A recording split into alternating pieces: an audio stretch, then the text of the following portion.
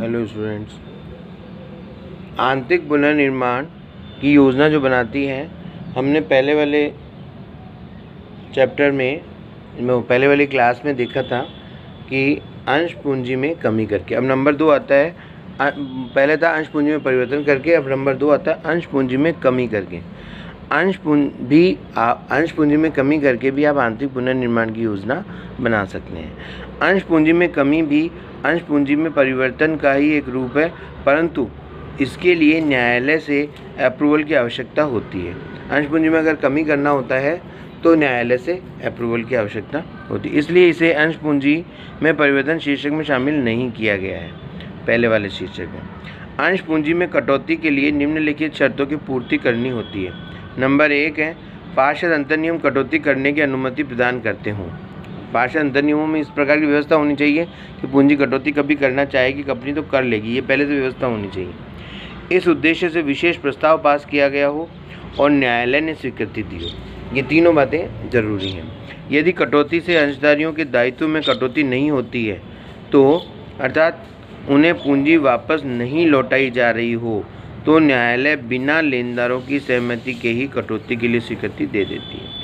लेकिन यदि पूंजी में कमी करने से अंशधारियों के दायित्व में भी कमी होती है, अर्थात अंशधारियों को पूंजी वापस लौटाई जाती है, तो न्यायालय कंपनी के प्रत्येक लेनदार को सुनने के अवसर प्रदान करती है।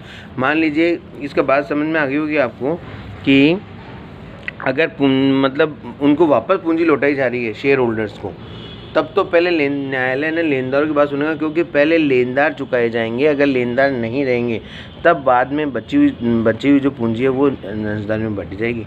लेकिन इसलिए ये कह रहे हैं कि लेकिन यदि पूंजी में कमी करने से अंशधारियों के दायित्व में भी कमी होती है, अर्थात अंशधारियों को पूंजी वापस लौटाई जाती है, तो न्यायालय कंपनी के प्रत्येक लेनदार को सुनने का अवसर प्रदान करती है। यदि कोई लेनदार अंश पूंजी में कमी का विरोध करता है तो ऐसे लेनदारों की एक लिस्ट बनाई जाती है और कंपनी को यह आदेश दिया जाता है कि या तो इन लेनदारों से अंश पूंजी में कमी के लिए सहमति प्राप्त करें या उनकी संपूर्ण राशि का पहले भुगतान किया जाए, उसके बाद आप अंश पूंजी में कटौती कर सकते हैं, कमी कर सकते हैं। नेक्स्ट है, न्यायालय के आदेश की प्रतिलिपि, अंशों की संख्या, राशि का एक विवरण रजिस्ट्रार के समक्ष भी प्रस्तुत किया जाएगा। रजिस्ट्रार द्वारा न्यायालय के आदेश तथा प्रस्तुत विवरणों के रजिस्ट्रेशन के बाद अंश पूंजी में कमी का आदेश प्रभावशील करेगा, उसके बाद ही प्रभावशील होगा। रजिस्ट्रार के पास ये सारी चीज़ें होंगी। तो ये होता है अंश पूंजी में कमी करने के लिए थोड़ी सी न्यायिक प्रक्रिया की आवश्यकता होती है, वो पूरी कर लीजिए। लेनदार भी उससे नाराज़ नहीं होने चाहिए, उनके आधार पर तभी ये इस प्रकार की अनुमति न्यायालय प्रदान करता है कि आप अंश पूंजी में कमी कर सकते हैं। अंश पूंजी में कमी करने की विधियाँ, आप देखिए, अंश पूंजी में कमी करने की विधियाँ हैं 3, फर्स्ट, सेकंड, थर्ड या ABC कुछ भी बोलिए। नंबर 1, अंशों पर अदत्त राशि में कमी करके या दायित्व समाप्त करने।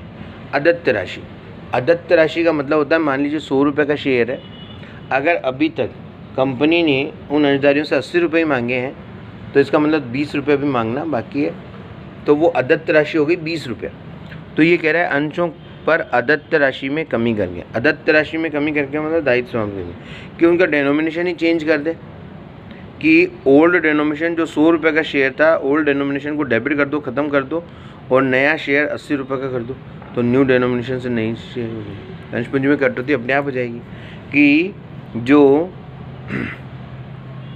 मान लीजिए 100 रुपये के कंपनी के पास में शेयर थे 1000, पूंजी कितनी थी 1 लाख, अब 80 रुपये के शेयर कर देगी, उन्हीं को डेनोमिनेशन चेंज कर देगी, 100 की जगह 80 और 1000 रहेंगे, तो कितने हो जाएंगे 80,000। तो ये पूंजी में कमी हो गई ना, 1 लाख से 80,000। तो इस प्रकार अदत्त राशि में कमी करके डेनोमिनेशन ही चेंज कर दे उसका, कि रुपीज़ डेबिट एंट्री कर दे, ₹100 share capital account debit to ₹80 share capital. इससे डिनोमिनेशन चेंज हो जाएगा और अंश पूंजी में कटौती की विधियों में नंबर 1 अंश में अदद राशि में कमी करके। नंबर 2 आवश्यकता से अधिक पूंजी अंशधारियों को लौटाकर। अगर मान लीजिए कि ज़्यादा पूंजी आ गई है तो आवश्यकता से अधिक आ गई है तो उनको लौटा दो। लौटाने के लिए क्या करेंगे, देखिए एंट्री करेंगे जब अंशों के अंकित मूल्य में परिवर्तन किया जाए। अब लौटाने के लिए दो बात है कि या तो आप अंशों के अंकित मूल्य प्रिंटेड प्राइस में परिवर्तन करो या प्रिंटेड प्राइस में परिवर्तन नहीं करके वैसे ही कर दो। तो अब ये कह रहा है कि हम पढ़ रहे हैं आवश्यकता से अधिक पूंजी अंशधारियों को लौटा कर, या तो प्रिंटेड प्राइस में कमी कर दो उनके अंकित मूल्य में। अंकित मूल्य जो 100 रुपये का उसको 70 का कर दो, अपने आप ही कम लौट। जैसे देखिए ओल्ड डिनोमिनेशन शेयर कैपिटल अंशों के अंकित मूल्य में परिवर्तन किया जाए तो फिर कैसे लौटाते हैं। ओल्ड डिनोमिनेशन का मतलब है 100 रुपये का शेयर है तो मान लीजिए 100 रुपये share capital account debit to new denomination 70 रुपये हो जाएगा तो मान लीजिए 70 रुपये share capital to sundry share holders, उनको चुका देंगे, शेयर होल्डर्स में चला जाएगा पैसा। 100 रुपये का इस एंट्री का इफेक्ट क्या आएगा कि जो 100 रुपये का शेयर है वो ऊपर हो जाएगा, 70 नीचे आएंगे, 30 रुपये शेयर होल्डर में जाएंगे ना, जिसको हम शेयर होल्डर के लिए जो शेयर होल्डर्स अकाउंट में जो पैसा गया है वो है लौटाई जाने वाली राशि। नरेशन होगा कन्वर्जन ऑफ इतने शेयर्स ऑफ रुपीज़ इतना shares into and each refund share इतना। अब शेयर होल्डर अकाउंट को डेबिट करके टू बैंक कर दो, लौटा दो उनको 30-30 रुपये। तो इस प्रकार आवश्यकता से अधिक पूंजी अंशधारियों को लौटाकर, उसमें नंबर ए है अंकित मूल्य में परिवर्तन किया जाए तो, और बी बिना अंकित मूल्य में परिवर्तन किए।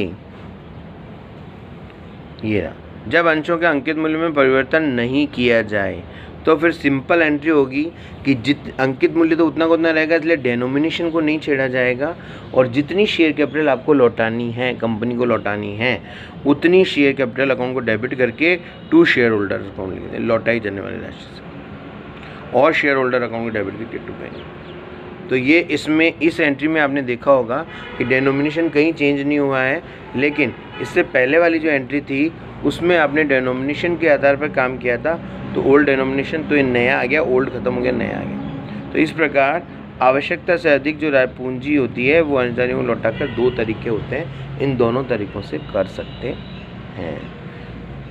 फिर आता है प्रदत्त अंश पूंजी में कटौती करके, ये अब नेक्स्ट क्लास में आपको बताएंगे। ये है, थैंक यू।